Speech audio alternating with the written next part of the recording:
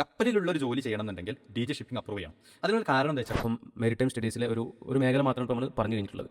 ഇനി ഇതിൻ്റെ ഒരു സ്കോളർഷിപ്പ് അല്ലെങ്കിൽ ഇപ്പോൾ ഒരു ഫീസ് സ്ട്രക്ചർ പൊതുവെ എങ്ങനെയാണ്? ഇപ്പം നമ്മളൊരു മറ്റൊരു കാര്യമുള്ളത്, ഇന്ത്യയിലെ ഏത് യൂണിവേഴ്സിറ്റിയിലും ഏത് കോളേജിലും ഇതുപോലുള്ള BTech marine engineering, diploma in nautical science, അതുപോലെ തന്നെ BSc നോട്ടിക്കൽ സയൻസ്, ഈ 3 പ്രോഗ്രാമിനും അവർക്ക് അഡ്മിഷൻ ഉണ്ട്. അത് 3 ആണല്ലോ കപ്പലുമായി ബന്ധപ്പെട്ട് കപ്പലിൽ ജോലി ചെയ്യേണ്ടത്. ഇതിൽ അഡ്മിഷൻ എടുക്കണമെന്നുണ്ടെങ്കിൽ അസ്സലാമു അലൈക്കും വറഹ്മത്തുള്ളാഹി വബറകാതുഹു. പീസ് റേഡിയോ വഴികാട്ടിയുടെ മറ്റൊരു എപ്പിസോഡിലേക്ക് പ്രിയപ്പെട്ട ശ്രോതാക്കൾക്ക് ഹൃദ്യമായ സ്വാഗതം. കടലുമായി ബന്ധപ്പെട്ട പഠന മേഖലകൾ, തൊഴിലവസരങ്ങളാണ് ഈ ഒരു എപ്പിസോഡ് ചർച്ച ചെയ്യുന്നത്.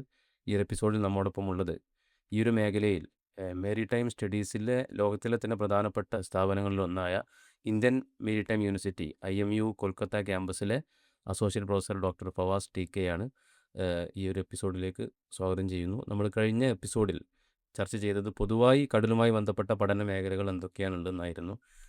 +2 കഴിഞ്ഞ കുട്ടികൾക്ക്, ഇപ്പോൾ മാനേജ്മെൻറ്റ് സൈഡാണെങ്കിലും അതുപോലെ തന്നെ സയൻസ് സൈഡാണെങ്കിലും ഒക്കെ അത് കഴിഞ്ഞ കുട്ടികൾക്കുള്ള അവസരങ്ങൾ എന്തൊക്കെയെന്ന് നമ്മൾ ഒന്ന് ഒരു ജനറലായിട്ട് ഒരു ബ്രോഡായിട്ട് നമ്മൾ ആ ഒരു എപ്പിസോഡിൽ നമ്മൾ പറഞ്ഞിരുന്നു. ഇനി ഒരു +2 പഠിക്കുന്ന ഒരു കുട്ടി ഈ ഒരു മേഖലയിലേക്ക് വരാൻ ആഗ്രഹിക്കുന്നുവെങ്കിൽ ശ്രദ്ധിക്കേണ്ട കാര്യങ്ങൾ എന്തൊക്കെയാണ്, അതിൻ്റെ എൻട്രൻസ് എക്സാമുകൾ ഏതൊക്കെയാണെന്നുള്ളത് നമുക്ക് ആദ്യം ഒന്ന് പറഞ്ഞ് ആരംഭിക്കാം.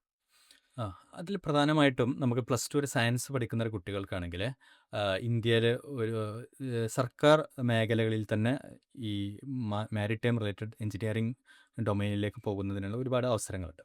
നമ്മൾ കേരളത്തിൽ നോക്കുകയാണെങ്കിൽ Cochin university of science and technology, കുസാറ്റിലെ ഷിപ്പ് ടെക്നോളജി ഡിപ്പാർട്ട്മെൻറ്റിൻ്റെ കീഴിൽ BTech naval architecture and ship building എന്നുള്ള പ്രോഗ്രാമുണ്ട്.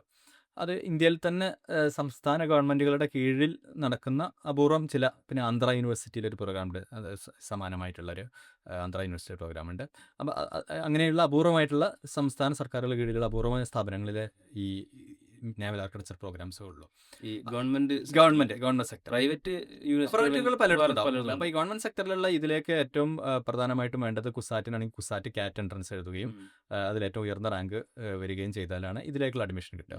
എന്നാൽ അതുപോലെ തന്നെ സെൻട്രൽ ഗവൺമെൻറ് കീഴിലുള്ള ഒരു സ്ഥാപനമാണ് ഇന്ത്യൻ മാരിടൈം യൂണിവേഴ്സിറ്റി. അപ്പോൾ ഇന്ത്യൻ മാരിടൈം യൂണിവേഴ്സിറ്റിയിൽ ഈ ഇതുപോലുള്ള BTech നാവൽ ആർക്കിടെക്ചർ ഒക്കെ പ്രോഗ്രാമുകളുണ്ട്. അതിലേക്കും ഈ IMUവിൻ്റെ CAT, കോമൺ അഡ്മിഷൻ ടെസ്റ്റ് എന്നുള്ള IMU CAT, അതിനാണ് അത് മെയ് മാസം IMU CAT നമ്മൾ അപ്ലൈ ചെയ്ത് എഴുതിയിട്ടുണ്ടെങ്കിൽ ഈ പറഞ്ഞ നേവൽ ആർക്കിടെക്ചർ BTech അതുപോലെ തന്നെ ഇപ്പോൾ BSc കോഴ്സുകൾ അതിലേക്കൊക്കെ അഡ്മിഷൻ ഈ CAT വഴിയാണ്. IMU CAT മുഖേനയാണ്. അപ്പം IMUയുടെ ഈ BTech naval architecture, IMU Visakhapatnam campus BTech naval architecture and ship building, BTech naval architecture and ocean engineering എന്നീ പ്രോഗ്രാമുകൾക്കുള്ള അഡ്മിഷൻ. അതുപോലെ തന്നെ IMUവിൻ്റെ തന്നെ ചെന്നൈ, കൊൽക്കത്ത, മുംബൈ ക്യാമ്പസുകളിൽ BTech മറൈൻ എഞ്ചിനീയറിംഗ് ഉണ്ട്. കപ്പലിൻ്റെ ഈ എഞ്ചിൻ റൂമിൻ്റെ ഒക്കെ തന്നെ ഉത്തരവാദിത്തമുള്ള മറൈൻ എഞ്ചിനീയറിംഗ്, അതിലേക്കുള്ള അഡ്മിഷനും ഇത് മുഖേന തന്നെ നടക്കും. ഇതേ CATൽ തന്നെയാണ്. അതുപോലെ തന്നെ IMUവിൻ്റെ ഈ കൊച്ചി, ചെന്നൈ, നവി, മുംബൈ ക്യാമ്പസുകളിലുള്ള BSc നോട്ടിക്കൽ സയൻസ് എന്നുള്ള പ്രോഗ്രാമുണ്ട്. ഈ BSc നോട്ടിക്കൽ സയൻസ് പ്രോഗ്രാമിനും ഈ എൻട്രൻസിൽ തന്നെയാണ് ഉള്ളത്. പിന്നെ ഒരു ഡിപ്ലോമ പ്രോഗ്രാം നോട്ടിക്കൽ സയൻസ്, റാങ്കിനനുസരിച്ച് നമുക്ക് ഓപ്റ്റ് ചെയ്യാം. അതുപോലെ തന്നെ DNS എന്നുള്ള program, diploma in nautical science. ഇത് BSc നോട്ടിക്കൽ സയൻസിന് തൊട്ട് താഴെയുള്ള നമ്മുടെ BTechഉം പോളി ഡിപ്ലോമയും ഉണ്ട് ഒരേ ബ്രാഞ്ചിൽ. അതുപോലെ തന്നെ ഡിപ്ലോമ ഇൻ നോട്ടിക്കൽ സയൻസ് എത്ര വർഷം? അതൊരു 2 years പ്രോഗ്രാം ആയിരിക്കും. അപ്പോൾ അതിൽ ഒരു കുറച്ച് കാലം ട്രെയിനിങ്ങും ബാക്കി സമയത്ത് സെയിലിംഗും എല്ലാം കൂടി ആയിട്ടുള്ള ഒരു പ്രോഗ്രാം. അതും കഴിഞ്ഞിട്ട് പിന്നെ എന്ത് ചെയ്യണം, അവർ BScക്ക് ഈക്വലൻ്റ് ആയിട്ടുള്ള ചില എക്സാംസ് ഒക്കെ എഴുതിയെടുത്ത് അങ്ങനെ തന്നെ കരിയർ പ്രോഗ്രഷൻ അതെല്ലാം വേണം. ഇപ്പോൾ സപ്പോസ് ലോവർ റാങ്കുകാരൊക്കെ വേണമെങ്കിൽ എന്ത് ചെയ്യാം, ഫസ്റ്റ് പ്രിഫറൻസ് BSc, അവർക്കൊരു ഡിഗ്രി കൂടി കിട്ടും BSc നോട്ടിക്കൽ സയൻസ് ആണ്. പക്ഷേ DNS എന്നുള്ളൊരു ഡിപ്ലോമ ഇൻ നോട്ടിക്കൽ സയൻസ് എന്നുള്ളൊരു എൻട്രി കൂടി എന്തുണ്ട്. അപ്പോൾ ഇങ്ങനെ ഈ പ്രധാനപ്പെട്ട BTech marine engineering, BTech naval architecture, അതുപോലെ തന്നെ ഈ BSc nautical science, diploma nautical science, ഇതെല്ലാം ഒരു സയൻസ് ബാക്ക്ഗ്രൗണ്ടിലുള്ളവർക്ക് ഈ എൻട്രൻസ് മുഖേന തന്നെ അവർക്ക് എന്ത് ചെയ്യാൻ പറ്റും, ജോയിൻ ചെയ്യാവുന്നതാണ്. അപ്പോൾ അത് IMU നടത്തുന്ന ഒരു സെപ്പറേറ്റ് CAT-ആണ്. IMU CAT. പക്ഷേ അതിൽ വേറെ പ്രത്യേകത എന്താ വെച്ചാൽ ഇന്ത്യയിലെ ഷിപ്പിംഗ് റിലേറ്റഡ് കോഴ്സുകൾക്കൊക്കെ അംഗീകാരം കൊടുക്കേണ്ടത് ഈ ഗവൺമെൻറ് ഓഫ് ഇന്ത്യയുടെ ministry of port shipping and വാട്ടർവേസിൻ്റെ കീഴിലുള്ള ഡയറക്ടർ ജനറൽ ഓഫ് ഷിപ്പിംഗ് ആണ്, DG ഷിപ്പിംഗ് എന്ന് പറയും. ഇപ്പോൾ DG ഷിപ്പിംഗ് അംഗീകരിക്കണം ഒരു കപ്പലുമായി ബന്ധപ്പെട്ടിട്ടുള്ള ഒരു ജോലി, കപ്പലിലുള്ള ഒരു ജോലി ചെയ്യണം എന്നുണ്ടെങ്കിൽ DG ഷിപ്പിംഗ് അപ്രൂവ് ചെയ്യണം. അതിനൊരു കാരണം എന്താ വെച്ചാൽ international convention on standards of training, certification, watch keeping എന്ന് പറഞ്ഞിട്ടുള്ള ഒരു STCW എന്നിട്ടുള്ളൊരു കൺവെൻഷൻ ഉണ്ട്. ഇൻ്റർനാഷണൽ മാരിടൈം ഓർഗനൈസേഷൻ്റെ കീഴിലുള്ള. അപ്പം നമുക്ക് ഇവർ പോവേണ്ടത് ഒരു രാജ്യത്തിനകത്തല്ലല്ലോ, ഇന്റർനാഷണൽ വാട്ടേഴ്സിൽ പോകണമെന്നുണ്ടെങ്കിൽ STCW പ്രകാരമുള്ള ചില ക്രൈറ്റീരിയകൾ ഇവർ മീറ്റ് ചെയ്യണം ഒരു കോഴ്സിനൊക്കെ. അപ്പോൾ ഇന്ത്യയിൽ ആ ക്രൈറ്റീരിയകൾ മീറ്റ് ചെയ്യാൻ വേണ്ടി ഉത്തരവാദപ്പെട്ടിട്ടുള്ളത് DG ഷിപ്പിങ്ങിനാണ്. അപ്പം DG ഷിപ്പിംഗ് അപ്രൂവ് ചെയ്തിട്ടുള്ള കോഴ്സുകളാണ് ചെയ്യേണ്ടത്. അതുകൊണ്ട് തന്നെ DG ഷിപ്പിംഗ് മറ്റൊരു കാര്യമുള്ളത്, ഇന്ത്യയിലെ ഏത് യൂണിവേഴ്സിറ്റിയിലും ഏത് കോളേജിലും ഇതുപോലുള്ള BTech marine engineering, diploma in nautical science, അതുപോലെ തന്നെ BSc നോട്ടിക്കൽ സയൻസ്, ഈ 3 പ്രോഗ്രാമിനും അവർക്ക് അഡ്മിഷൻ ഉണ്ട്. അത് 3 ആണല്ലോ കപ്പലുമായി ബന്ധപ്പെട്ട് അതെ. കപ്പലിൽ ജോലി ചെയ്യേണ്ടത്. ഇതിൽ അഡ്മിഷൻ എടുക്കണം എന്നുണ്ടെങ്കിൽ IMU CET എന്നുള്ള എൻട്രൻസ് എഴുതണം. അത് IMUവിൻ്റെ 6 ക്യാമ്പസുകളിലേക്ക് ചേരാൻ അത് വേണം. IMUവിൽ അഫിലിയേറ്റ് ചെയ്ത ചില കോളേജുകളുണ്ട്. ഉം. ഒരു ഒരു 17 ഉദാഹരണം കോളേജുകൾ, പറയുകയാണെങ്കിൽ 17 കോളേജുകൾ affiliate കേരളത്തിൽ ഏതെങ്കിലും കോളേജ് IMU അഫിലിയേറ്റ് ചെയ്തിട്ടുള്ളത് കേരളത്തിലൊരു യൂറോടെക് അക്കാദമി ഉണ്ട്, കൊച്ചിയിൽ യൂറോടെക് ഉണ്ട്. അതെ. അക്കാദമി, ഒരു പ്രൈവറ്റ് അക്കാദമിയാണ്. അതെ. അതുപോലെ അങ്ങനത്തെ പിന്നെ പലയിടത്തുമായിട്ട് ഒരു 17 ക്യാമ്പസുകൾ എന്തുണ്ട്, പിന്നെ IMU അഫിലിയേറ്റഡ് ഉണ്ട്. എന്നാൽ IMUയുടെ നോൺ അഫിലിയേറ്റഡ് ആയിട്ട് ക്യാമ്പസുകളുണ്ട്. അതെ. അതായത് എന്നാൽ DG ഷിപ്പിംഗ് അപ്രൂവ് ചെയ്തിട്ടുള്ള അതെ. പ്രോഗ്രാം നടത്തും. ഫോർ എക്സാമ്പിൾ, നമ്മുടെ Cochin university of science and ടെക്നോളജിയുടെ കുസാറ്റിന് ഒരു Kunjali Marakkar school of marine engineering ഉണ്ട്. ഉം. അത് ബിടെക് മറൈൻ എഞ്ചിനീയറിംഗ് നടത്തുന്ന ഒരു പ്രോഗ്രാമാണ്. നേരെ നമ്മൾ നേവൽ ആർക്കിടെക്ചറിനെ കുറിച്ച് പറഞ്ഞു. അതെ. അതല്ലാതെ അവിടുത്തെ കുഞ്ഞാലിമരക്കാർ സ്കൂൾ ഓഫ് മറൈൻ എഞ്ചിനീയറിംഗിന് കീഴിൽ ബിടെക് മറൈൻ എഞ്ചിനീയറിംഗ് പ്രോഗ്രാം ഉണ്ട്. ഉം. ആ ബിടെക് മറൈൻ എഞ്ചിനീയറിംഗ് പ്രോഗ്രാമിന് അഡ്മിഷൻ കിട്ടാനും IMU CET എഴുതണം. അതെ. അത് IMU CETയുടെ റാങ്ക് വേണം. പക്ഷെ എന്നിട്ട് IMU ഇവിടുത്തെ CAT ചെയ്യണം. IMU CAT അത് എഴുതുകയും എന്നിട്ട് പിന്നെ നമ്മളുടെ ഇതിൽ എന്ത് ചെയ്യണം, പിന്നെ റാങ്കിനനുസരിച്ച് റാങ്കിനനുസരിച്ച് ഇവർക്ക് എന്ത് ചെയ്യണം, പിന്നെ അടുത്ത ഇതിലേക്ക് പോകണം.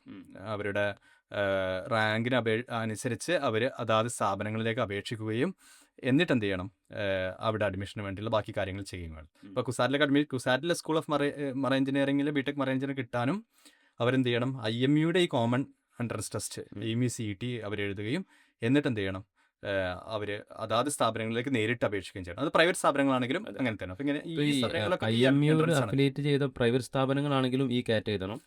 അഫിലിയേറ്റ് ചെയ്ത സ്ഥാപനങ്ങളാണെങ്കിലും IMUയിൽ അഫിലിയേറ്റ് ചെയ്യാത്ത സ്ഥാപനങ്ങളുണ്ട്. ഇപ്പോൾ കുസാറ്റിന്റെ കീഴിലുള്ള അതിനും ഈ IMU കോമൺ എൻട്രൻസ് ടെസ്റ്റ് എന്ത് ചെയ്യണം, IMU CET അവർ എന്ത് ചെയ്യണം, എക്സാം അവർ എഴുതണം. ഇതിൽ +2 കഴിഞ്ഞിട്ട് പിന്നെ ഈ ഒരു IMU CAT ചെയ്തൽ നിർബന്ധമാണെന്ന് പറഞ്ഞു.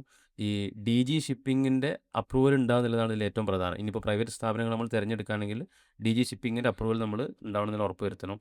ഇതിൽ എന്തെങ്കിലും പിന്നെ ഇതിൻ്റെ ഒരു റാങ്കിങ് പ്രൊസീജിയർ ഉണ്ടോ? എന്തെങ്കിലും സ്ഥാപനങ്ങളുടെ ഒരു റാങ്കിങ് പ്രൊസീജിയറിനെ കുറിച്ച് നമ്മൾ കഴിഞ്ഞ എപ്പിസോഡിൽ പറഞ്ഞിരുന്നു. അപ്പോൾ ഇത് അവരുടെ വെബ്സൈറ്റിൽ പോയിട്ട് നമുക്ക് അറിയാനും കഴിയും. അതെ. അപ്പോൾ അത് വെച്ചിട്ട് നമുക്ക് കോഴ്സുകളിലേക്ക് വരാൻ പറ്റും. ഇത് പിന്നെ ഇപ്പം മെരിടൈം സ്റ്റഡീസിലെ ഒരു മേഖല മാത്രമാണ് ഇപ്പോൾ നമ്മൾ പറഞ്ഞു കഴിഞ്ഞിട്ടുള്ളത്. ഇനി ഇതിൻ്റെ ഒരു പിന്നെ സ്കോളർഷിപ്പ് അല്ലെങ്കിൽ ഇപ്പോൾ ഒരു ഫീ സ്ട്രക്ചർ പൊതുവേ എങ്ങനെയാണ്? ഇപ്പം നമ്മളൊരു ഗവൺമെൻറ് സ്ഥാപനമാണെങ്കിൽ പോലും അതിനും ഫീ പലപ്പോഴും കൂടുതലായിരിക്കും. ഇപ്പോൾ സ്വാഭാവികമായിട്ടും പ്രൈവറ്റ് സ്ഥാപനങ്ങളാകുമ്പം അവിടെയും ചിലപ്പോൾ എന്ത് ചെയ്യും, നല്ല ഫീസ് ഉണ്ടാവും. പൊതുവിൽ ഇങ്ങനെ ഈ ഗവൺമെൻറ് സ്ഥാപനങ്ങളിലും അല്ലാത്ത പ്രൈവറ്റ് സ്ഥാപനങ്ങളിലും ഈ ഒരു ഫീ സ്ട്രക്ചർ എങ്ങനെയാണ്? ഇതിൽ ഇന്ത്യയിൽ ഈ ഒരു ഫീൽഡിൽ ഏറ്റവും കുറഞ്ഞ ഫീസിൽ പഠിക്കാവുന്ന ഒരു പ്രോഗ്രാമാണ് യഥാർത്ഥത്തിൽ ബിടെക് നാവൽ ആർക്കിടെക്ചർ കുസാറ്റിൻ്റെ ഷിപ്പ് ടെക്നോളജി ഡിപ്പാർട്ട്മെൻറ്റ്. ഏകദേശം ഒരു സെമസ്റ്ററിന് 20,000 റുപ്പീസ് ഉള്ള, അതും ഇപ്പം നമ്മളുടെ ഈ ഗ്രാൻഡ്സ് അതുപോലെ തന്നെ KPCI സ്കോളർഷിപ്പ് കിട്ടുകയാണെങ്കിൽ അതും എന്ത് ചെയ്യും, ലോവർ ഇൻകം 1,00,000 താഴേക്ക് ഇൻകമുള്ള ആളുകൾക്ക് എന്ത് ചെയ്യും, ആ ഫീസിനെ അവർക്ക് സ്കോളർഷിപ്പായിട്ട് തിരിച്ചു കിട്ടുന്ന ഒരു സംവിധാനമാണ്. ഇപ്പോൾ കുറച്ച് വരുമാനം കൂടിയ കുട്ടികളാണെങ്കിലും അവര് 20,000 സ്കോളർഷിപ്പുകൾ അവൈലബിൾ ആണ്. സ്കോളർഷിപ്പ് കിട്ടാൻ സുഖമായിരിക്കും. കാരണം ഒരു നല്ല കോഴ്സ് നല്ല കോഴ്സൊക്കെ അങ്ങനെയൊക്കെയുള്ള സാധ്യതകളുണ്ട്. അത് കഴിഞ്ഞ് കുസാറ്റിൽ തന്നെ ബിടെക് മറൈൻ എഞ്ചിനീയറിംഗ് പ്രോഗ്രാമിന് നോക്കുമ്പോൾ മറൈൻ എഞ്ചിനീയറിംഗ് പൊതുവെ ഫീ കൂടിയ ഒരു ഇതാണ്. അവിടെ തന്നെ ഏകദേശം 2 ലാഖിൻ്റെ അടുത്ത് എന്ത് ചെയ്യും, മറൈൻ എഞ്ചിനീയറിംഗ് പെർ ഇയർ ഏകദേശം 2 ലാഖിൻ്റെ അടുത്ത് കുസാറ്റിലെ ബിടെക് മറൈൻ എഞ്ചിനീയറിംഗ് പ്രോഗ്രാമിന് ഫീസ് ഉണ്ട്. ഇപ്പോൾ നമുക്ക് മെറിറ്റിൽ കിട്ടുകയാണെങ്കിൽ പോലും ആ ഫീസ് അടക്കണം. അത് തന്നെ ചെറിയ ഇപ്പോൾ സ്റ്റേറ്റ് മെറിറ്റ് ഫീസിൽ കുറച്ച് കുറയും, ഓൾ ഇന്ത്യ മെറിറ്റ് ആണെങ്കിൽ എന്ത് ചെയ്യും, കുറച്ച് ഫീസ് കൂടും. അങ്ങനെയുള്ള ചെറിയ എങ്കിൽ പോലും 1,50,000 മേലെ എന്തുണ്ട്, അത് ഫീസ് വരുന്നുണ്ട്. IMUവിൻ്റെ ബിടെക് പ്രോഗ്രാമുകൾക്ക് 2.25 ലക്ഷമാണ് ഒരു ഇയറിൻ്റെ ഫീസ്. അത് അവരുടെ പിന്നെ ഹോസ്റ്റൽ അക്കോമഡേഷൻ റെസിഡൻഷ്യൽ പ്രോഗ്രാമാണ്. അതുകൊണ്ട് ഹോസ്റ്റൽ അക്കോമഡേഷൻ അതുപോലെ തന്നെ കോഴ്സ് ഫീ ഇതെല്ലാം കൂടി ഉൾപ്പെടുത്തിയിട്ട് 2.575 ലാഖാണ് IMUവിൻ്റെ ഫീസ് വരുന്നത്. പിന്നെ അതിലൊക്കെ തന്നെ ചിലർക്കൊക്കെ സ്കോളർഷിപ്പുകളൊക്കെ ഉണ്ട്. അപ്പോൾ സ്കോളർഷിപ്പ് ലിസ്റ്റുകളൊക്കെ തന്നെ പ്രോസ്പെക്ടസിനും IMUവിൻ്റെ വെബ്സൈറ്റിലൊക്കെ പല സ്കോളർഷിപ്പുകൾ ലിസ്റ്റ് ഉണ്ട്. ഗവൺമെൻറ്റുകൾ കൊടുക്കുന്ന SC/ST സ്കോളർഷിപ്പുകളുണ്ട്, സ്റ്റേറ്റ് ഗവൺമെൻറ്റുകൾ കൊടുക്കുന്ന സ്കോളർഷിപ്പ് ഉണ്ട്, ചില ഷിപ്പിംഗ് കമ്പനികൾ കൊടുക്കുന്ന സ്കോളർഷിപ്പ് ഉണ്ട്. അതൊക്കെ മെറിറ്റോറിയസ് സ്റ്റുഡൻസിന് അതിന് അപ്ലൈ ചെയ്ത് കഴിഞ്ഞാൽ എന്ത് ചെയ്യാൻ പറ്റും, അവർക്ക് ഒരു കൊല്ലത്തെ ഫീസിൽ നിന്ന് ഒരു 50,000 രൂപ കൊടുക്കുന്ന, 1,00,000 കൊടുക്കുന്ന സ്കോളർഷിപ്പുകൾ, അങ്ങനെ പല രീതിയിലുള്ള സ്കോളർഷിപ്പുകളുണ്ട്.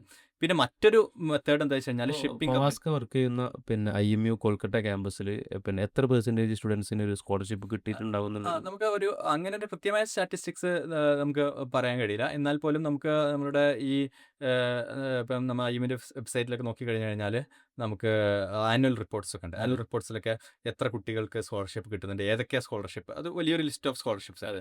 അപ്പോൾ ചിലർക്ക് 2-3 കുട്ടികൾക്ക് അങ്ങനെ പല പല സ്കോളർഷിപ്പുകൾ പല കുട്ടികൾക്കായി കിട്ടുമ്പോൾ എന്ത് ചെയ്യും, ഒരു ഒരു മേ ബി ഒരു 1/3 കുട്ടികൾക്കൊക്കെ ചിലപ്പോൾ എന്ത് ചെയ്യാം, ഒരു പല സ്കോളർഷിപ്പ് പല പല രീതിയിലുള്ള സ്കോളർഷിപ്പുകൾ എന്ത് ചെയ്യാം, ചെറുതും വലുതായിട്ടുള്ള ഉം. എമൗണ്ടുകൾ ഉണ്ടാവും. പിന്നെ മറ്റൊരു മാർഗം സ്കോളർഷിപ്പിനുള്ളത് എന്ന് പറയുന്നത് പലയിടത്തും ഷിപ്പിംഗ് കമ്പനികൾ സ്പോൺസർ ചെയ്യുന്നുണ്ട് ഉം. കുട്ടികൾക്ക്. ഉം. അപ്പോൾ അതിലുള്ളൊരു പ്രത്യേകത അത് ഷിപ്പിംഗ് കമ്പനികൾ സ്പോൺസർ ചെയ്തിട്ട് ഇവരെ പഠിപ്പിക്കുന്ന ഒരു രീതി. ഉം. അത് പലപ്പോഴും കോഴ്സ് ഫീ നമ്മൾ തന്നെ എടുക്കേണ്ട ഒരു സാഹചര്യമാണ് പലയിടത്തും ഉള്ളത്. ഉം. മുമ്പ് ഒക്കെ ചിലപ്പോൾ കോഴ്സ് ഫീ അവർ തന്നെ എടുക്കുന്നുണ്ടായിരുന്നു. ഇപ്പോൾ കോഴ്സ് ഫീ നമ്മൾ എടുക്കുകയും എന്നാൽ അതിനുശേഷം അവർക്ക് ജോബ് ആരെ അഷ്യൂർ ചെയ്യുകയും ചെയ്യും, ഈ ഈ കമ്പനികൾ കമ്പനികളൊക്കെ. അപ്പോൾ അതിന് ഷിപ്പിംഗ് കമ്പനികളുടെ വെബ്സൈറ്റിൽ പോയി അവർ കോൾ ഫോർ ചെയ്യുമ്പോൾ എന്ത് ചെയ്യണം, ഉം. അത് അപ്ലൈ ചെയ്ത് അവരുടെ നല്ല സ്കോളർഷിപ്പിന് എലിജിബിൾ ആവുകയൊക്കെ ചെയ്തു കഴിഞ്ഞാൽ, അല്ലെങ്കിൽ അവരുടെ സ്പോൺസർഷിപ്പിന് എലിജിബിൾ ആവുക എന്നൊക്കെ പറഞ്ഞിട്ടുള്ള അത്തരത്തിലുള്ള പ്രൊസീജിയറുകളൊക്കെ കുട്ടികൾ എന്ത് ചെയ്യുന്നുണ്ട്, പലപ്പോഴും follow ചെയ്യുന്നുണ്ട്. IMUവിൻ്റെ സ്ഥാപനങ്ങൾ അല്ലെങ്കിൽ IMUവിലേക്ക് അഫിലിയേറ്റ് ചെയ്ത സ്ഥാപനങ്ങൾ ഇവിടെയൊക്കെ ഉള്ള ഒരു പ്ലേസ്മെന്റ് റേറ്റ് വെച്ച് നോക്കുമ്പോൾ നമ്മൾ കുറച്ച് ക്യാഷ് ഇപ്പോൾ മുടക്കിയാലും അതൊരു നഷ്ടമാവില്ല ഒരിക്കലും, അല്ലേ? കാരണം ആ രൂപത്തിൽ പ്ലേസ്മെന്റ് ഉണ്ടാവും. പൊതുവേ എന്താ വെച്ച് കഴിഞ്ഞാൽ ഈ ഇപ്പം 2.25 ലക്ഷമാണ് ഒരു ഇയറിൻ്റെ ഫീ എന്ന് പറയുമ്പോഴും, ഈ മറൈൻ എഞ്ചിനീയറിംഗ് അതുപോലെ തന്നെ നമ്മളുടെ ഈ നോട്ടിക്കൽ സയൻസ് ഈ ഫീൽഡിലൊക്കെ ഉള്ള ആളുകളുടെ ഈ സാലറി പൊതുവേ എന്താണ്, ഉം. വളരെ അധികമാണ്. അതായത് ഡോളറിലായിരിക്കും പൊതുവെ ഒരു സാലറി. അപ്പോൾ അവർക്കൊരു ആദ്യമായിട്ട് അവർ എൻജിൻ കാഡറ്റ് അതുപോലെ തന്നെ ഡെക്ക് ഓഫീസറൊക്കെ ആയിട്ട് ഇവർ കയറി കഴിയുമ്പോൾ അവർക്കൊരു ഒരു $2000 ഉള്ളിലൊക്കെ ഉള്ള ഒരു ഒരു സാലറി ആയിരിക്കും അവർക്ക് എന്ത് ചെയ്യുക, ഒരു മാസം ഉണ്ടാവുക. $1000 $2000 ഒക്കെ. അതായത് ഒരു 1 ലക്ഷം രൂപ ഒക്കെ ആയിരിക്കും ഒരു മാസത്തിൻ്റെ ഒരു ശരാശരിയൊക്കെ ഒരു സ്റ്റാർട്ടിങ്ങിലൊക്കെ ഉണ്ടാവും. ഉം. അത് കഴിഞ്ഞ് അവർ ഡിഫറെൻറ്റ് എക്സാംസ് ഒക്കെ കഴിഞ്ഞിട്ട് കുറേ കാലം കപ്പലിൽ പോകണം, തിരിച്ച് നാട്ടിൽ വന്നിട്ട് പല എക്സാംസ് ക്വാളിഫൈ ചെയ്യണം.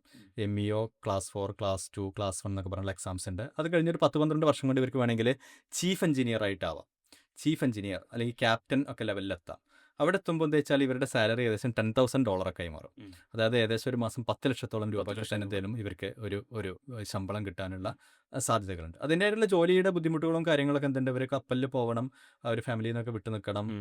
പിന്നെ 4, 5, 6 മാസം കപ്പലിലായിരിക്കും. ഇപ്പം ഈ സ്ട്രൈറ്റ് ഓഫ് ഹോർമൂസിലൊക്കെ കപ്പലുകൾ നമ്മൾ അതെ. പിന്നെ അവിടെ കുടുങ്ങി കുടുങ്ങിക്കിടക്കുന്ന നമ്മൾ അതെ. കാണുമല്ലോ. അപ്പം അങ്ങനെയൊക്കെയുള്ള കുറേ അങ്ങനത്തെ ചില റിസ്കുകൾ റിസ്ക്കുകൾ നല്ല ഇത്. പിന്നെ അവരുടെ ജോലി അധികം ഈ മറൈൻ എഞ്ചിനീയറിംഗ് കഴിഞ്ഞ് കഴിഞ്ഞാലൊക്കെ അവർ കപ്പലിൻ്റെ എഞ്ചിൻ റൂമിലായിരിക്കും. എഞ്ചിൻ റൂമിൽ ടെമ്പറേച്ചർ എന്നൊക്കെ പറഞ്ഞാൽ ഒരു 40-50 ഡിഗ്രി സെൽഷ്യസ് ഒക്കെ എന്തുണ്ടായിരിക്കും, നല്ല ചൂടിലും പുകയിലും ഒക്കെ എന്ത് ചെയ്യണം, അങ്ങനെയുള്ള ഒരു അന്തരീക്ഷത്തിൽ എന്ത് ചെയ്യണം, ഇവർക്ക് മണിക്കൂറുകളോളം ജോലി ചെയ്യേണ്ടി വരും. പിന്നെ നല്ല ഹെവി ആയിട്ടുള്ള പാർട്സ് ഒക്കെ ഉണ്ടാകുമ്പോൾ അത് പൊക്കുകയും അത് അങ്ങനെയൊക്കെയുള്ള പല ഒരു അത്ര എന്തല്ല ഒരു വളരെ എളുപ്പമുള്ള ഉയർന്ന തസ്തികയിലുള്ള ആൾക്കാർ വരെ ഇങ്ങനത്തെ എല്ലാ ജോലിയും എടുക്കേണ്ടി ചെയ്യാൻ എന്ത് ചെയ്യണം, അത് സന്നദ്ധാവേണ്ടി വരും. അത് ഒരു ഉയർന്ന തലസ്ഥികയിൽ എത്തണം എന്നുണ്ടെങ്കിൽ ഈ ജോലികൾ ഇതെല്ലാം ചെയ്താലേ ചെയ്തിട്ടാണ് അങ്ങോട്ട് ഒരു എത്തുള്ളൂ. ചീഫ് എഞ്ചിനീയർ ലെവലിലേക്കൊക്കെ എത്തുള്ളൂ. ഉം. അപ്പോൾ അവർ എഞ്ചിൻ്റെ ക്രാങ്ക് കേസിനകത്തൊക്കെ കയറിയിട്ടൊക്കെ എന്ത് ചെയ്യണം, ഉം. ഇവര് ചില മെയിൻ്റനൻസ് പ്രവർത്തികളൊക്കെ എന്ത് ചെയ്യേണ്ടി വരും, ചെയ്യേണ്ടി ചെയ്യേണ്ടി വരും. ഒരു ടഫായിട്ടുള്ള ഒരു ജോബാണ്. പിന്നെ അവിടുത്തെ വെതർ, ഉം.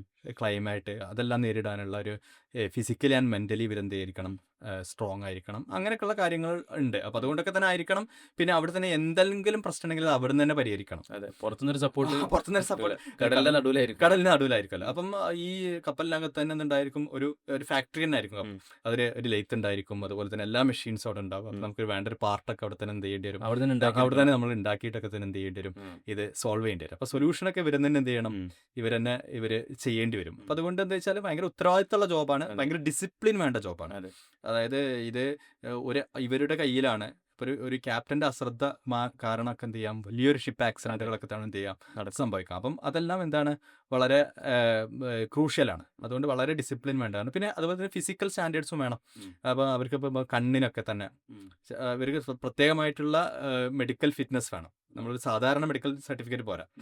ഓരോ അവയവവും പരിശോധിച്ചിട്ട് അതെല്ലാം ഓക്കെ ആണോ എന്നുള്ള മെഡിക്കൽ സർട്ടിഫിക്കറ്റ് ഉണ്ടെങ്കിൽ, അതും DG ഷിപ്പിംഗ് അപ്രൂവ്ഡ് ആയിട്ടുള്ള ഡോക്ടേഴ്സിൽ നിന്ന് ഉള്ള മെഡിക്കൽ സർട്ടിഫിക്കറ്റ്സ് ഒക്കെ വേണം. അതുപോലെ തന്നെ ഈ നോട്ടിക്കൽ സയൻസ് ക്യാപ്റ്റൻ പോലുള്ള നാവിഗേഷൻ രംഗത്ത് ജോലി ചെയ്യേണ്ടവർക്ക് കൂടുതൽ സ്ട്രിഞ്ചൻ്റ് ആയിട്ടുള്ള കണ്ണിനൊക്കെ ഉള്ള ക്രൈറ്റീരിയകളൊക്കെ എന്തുണ്ട് അതിലുണ്ട്.